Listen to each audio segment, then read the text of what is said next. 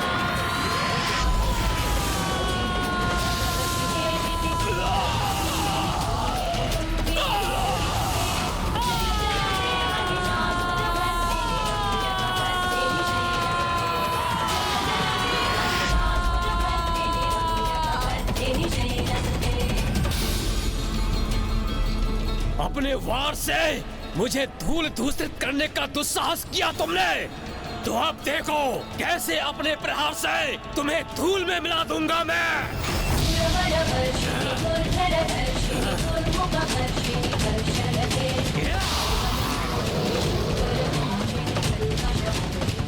वो तो तुम तब करोगे ना दुष्ट, जब मैं तुम्हें प्रहार करने का अवसर दूंगी।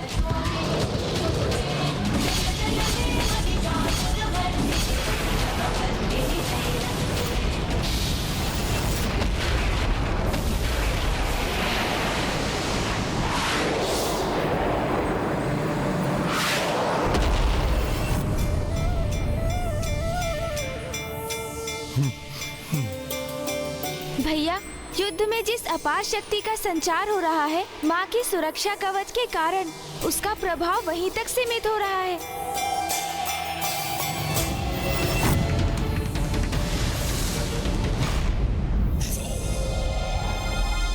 धिक्कार है इस असुर महायोद्धाओं को, एक तुच्छ नारी को रोकने में असमर्थ हो रहे हैं ये।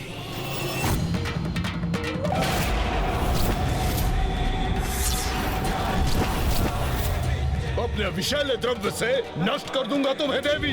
दुष्ट असुर, तुम्हें उस द्रव्य को प्रवाहित करने में ही असमर्थ कर दूंगी मैं।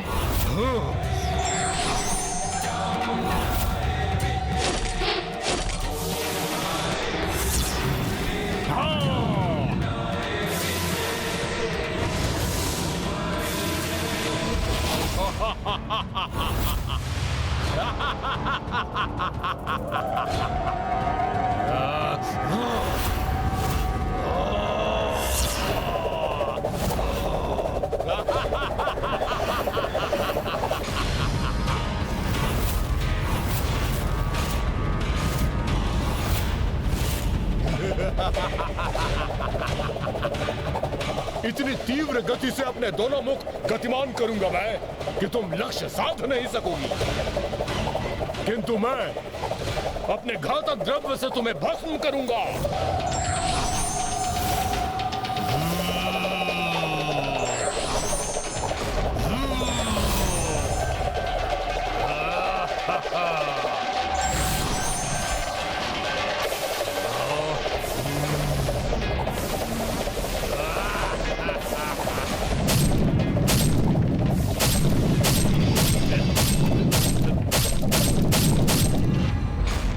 गणेश, मुझे आगे बढ़ने से रोका था ना तुम, और अब स्वयं मां के आदेश का उल्लंघन कर आगे बढ़ रहे हो।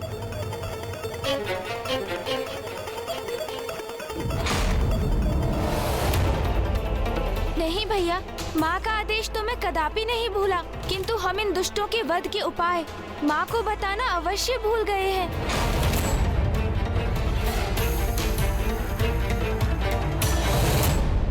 मेरे महायोद्धाओं, सेनापतियों, इन देवियों से निरंतर युद्ध करते रहो और थका दो इन्हें, और जब ये थक जाएं, तो अपने भयंकर आगमन से इनका संहार कर देना। तुम्हें अपनी भुजाओं के जाल में बांध लूंगा मैं। ये क्या? मुझे कुछ दिखाई नहीं दे रहा। है क्या ये? तुम्हारी भुजाओं को अपने त्रिशूल से बांध दूंगी मैं, अक्षम्य कर दूंगी मैं तुम्हें।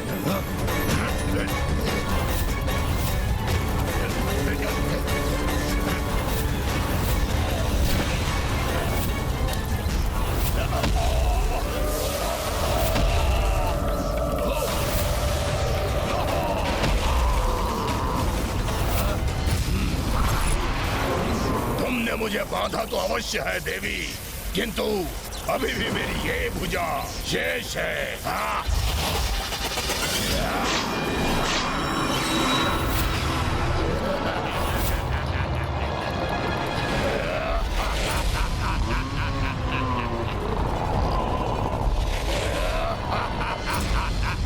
आश्चर्य, इसकी भुजा इसके तन से विलग होकर पुनः उत्पन्न हो गई। स्तब्ध रह गई ना तुम देवी? कुछ नहीं कर सकोगी मेरा, कुछ नहीं, कोई भी क्षति नहीं पहुंचा सकोगी मुझे। मुझे शीघ्र जाकर माँ को इनके वध का रहस्य बताना ही होगा, अन्यथा ये असुर ऐसे ही समय व्यर्थ करते रहेंगे और सूर्यास्त का समय हो जाएगा। किंतु प्रथम पूज्य गणेश जी, माता ने हम में से किसी को भी युद्ध भूमि में जाने और अस्त्र शस्त्र धारण करने से मना किया, तो फिर आप वहां कैसे जाएंगे? देवराज इंद्र का कथन तो सर्वथा उचित है। मुझे ही कोई युक्ति सोचनी होगी जिससे माँ के आदेश का उल्लंघन भी ना हो और उन तक पहुँच भी सकूं। देखो देवी, देखो, मैंने अपनी भुजाओं को स्वयं से विलग कर तुम्हारे बंधन से मुक्त करवा लिया है स्वयं को।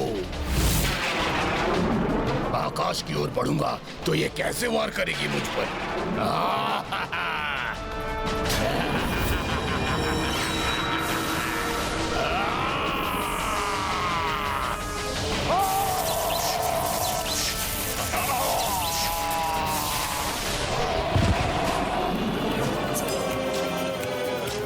ये देवियां, ये तुच्छ नारियां मेरे महायोद्धाओं पर भारी कैसे पड़ रही हैं? नारी की शक्ति का उचित परिचय प्राप्त हो रहा है इन दुष्टों को, ज्ञात हो रहा है इन्हें। नारी का अपमान समाज और व्यक्ति दोनों के विनाश का कारक बनता है।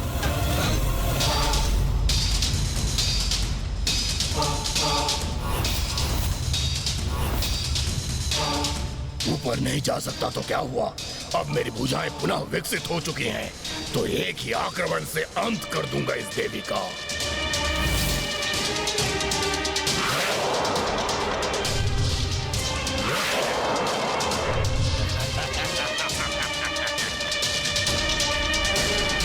इस प्रकार तो आज ये युद्ध समाप्त ही नहीं होगा।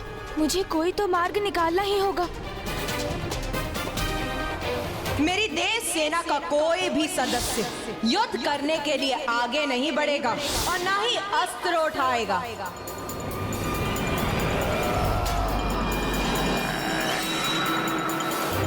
माँ ने युद्ध के लिए युद्ध भूमि में हमारा प्रवेश वर्जित किया है, किंतु उन्हें सूचना देने बिना अस्त्र शस्त्र धारण किए वहां प्रवेश करने पर तो कोई रोक नहीं है। गणेश!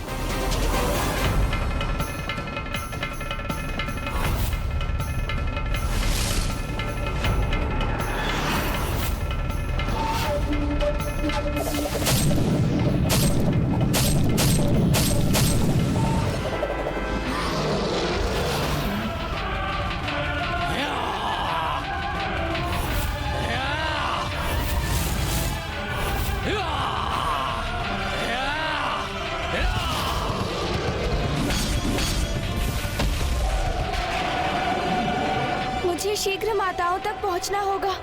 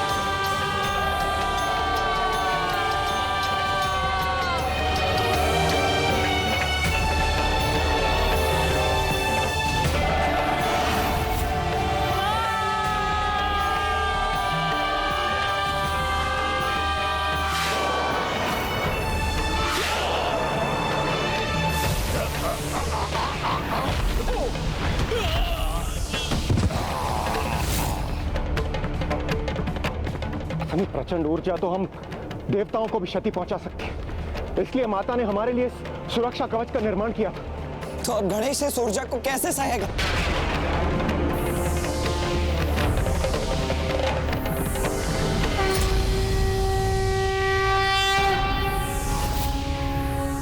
माँ का आंचल ही मेरी रक्षा करेगा।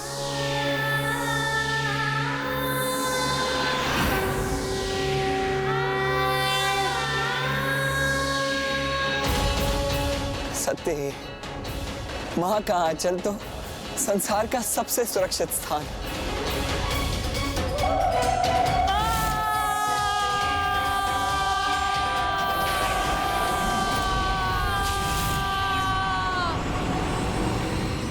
उत्तम, अति उत्तम। बहुत आनंद आ रहा है मुझे इस क्रीड़ा में। तुम कितने भी प्रयास कर लो देवी, किंतु मेरे असुर सेनापतियों का वध नहीं कर सकोगी। देख लो।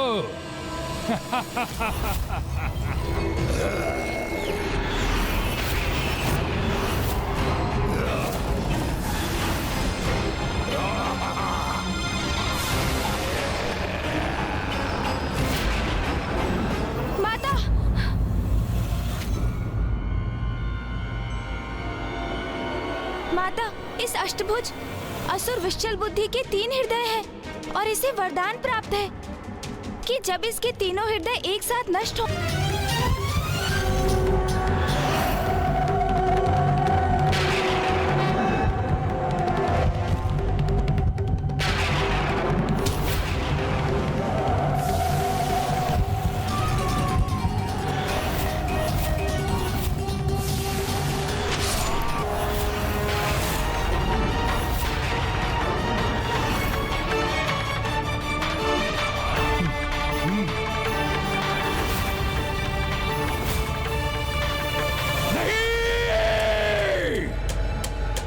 ये उचित नहीं है। कैसे ज्ञात हुआ उस देवी को विशाल बुद्धि का भेद?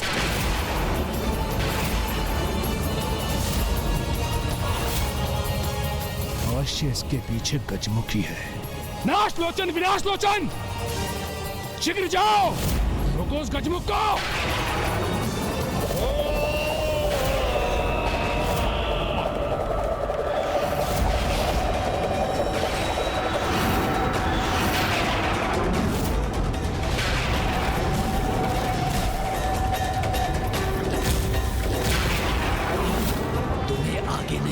देंगे हम गजमुख। अपने प्रहारों से यही रोक देंगे तुम्हें।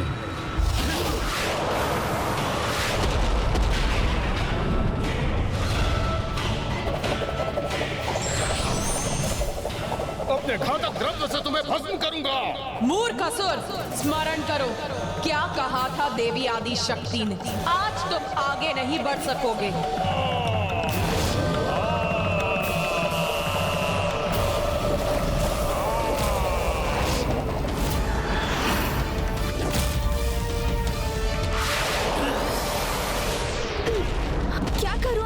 क्योंकि मैंने तीव्र श्वास भी ली तो ये दूर जाकर गिरेंगे।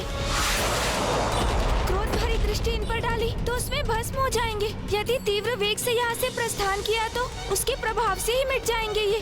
किंतु ऐसा होते ही मैं भी इस युद्ध का सक्रिय भाग बनकर माँ के आदेश का उल्लंघन कर बैठूंगा, जो मैं कदापि नहीं कर सकता। इसलिए मुझे इन दोनों को थका कर ही रोकना होगा।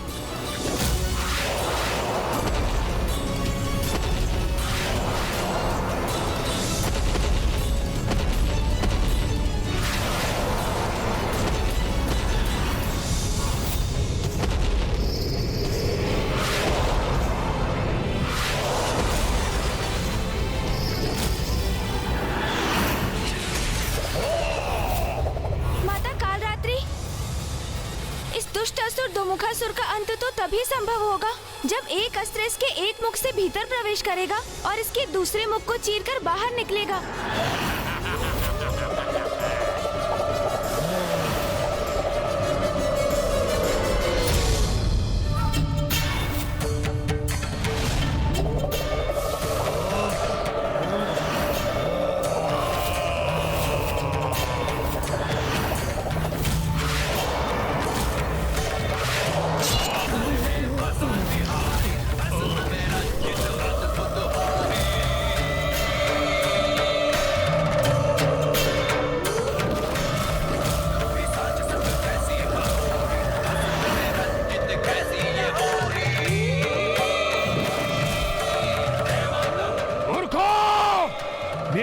इसका पालन करो।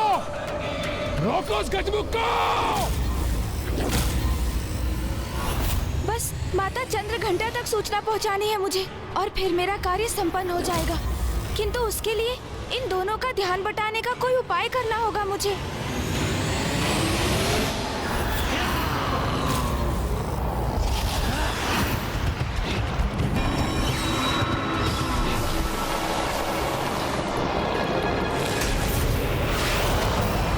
इन दुष्टों के लिए यही युक्ति उपयुक्त है।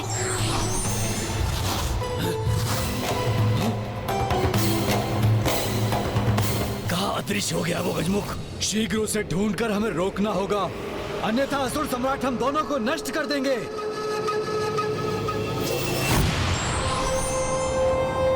अब मैं इन्हें भ्रमित कर एक दूसरे से ही उलझा देता हूँ। असुर जी, वहाँ कहाँ ढूंढ रहे हैं आप मुझे? मैं तो यहाँ हूँ। अच्छा, दुष्ट, बहुत अधिक चतुर बन रहे हो ना तुम आज।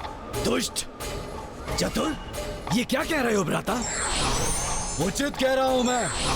दुष्ट चतुर दोनों उचित हैं। ओह, समझा। तो अपना वास्तविक परिचय दे ही दिया तुमने। वास्तविक परिचय अर्थात वास्तविक परिचय, दुष्ट भी और चतुर भी। तो अब जो दुष्ट है उसी का अंत होगा।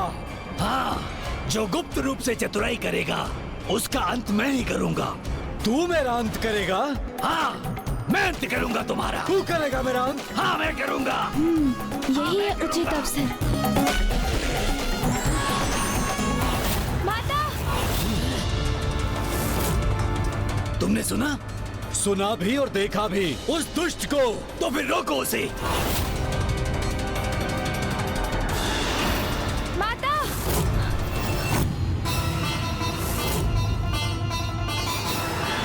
दुष्ट असुर, तुम्हारा अंत खींच लाया है तुम्हें यहाँ। माता!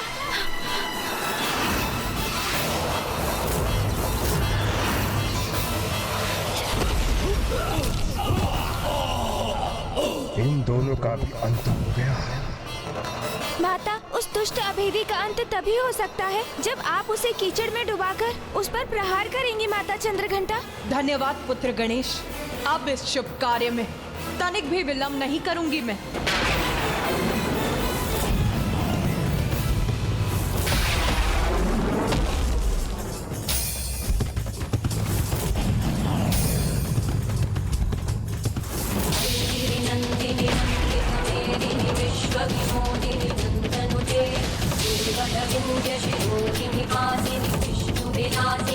मुझे कुछ करना होगा।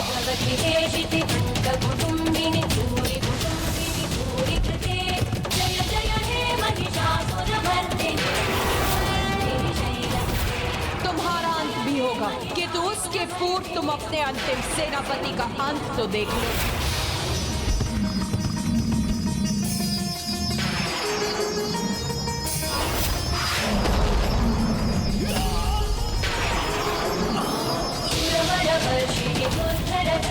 दुर्मुख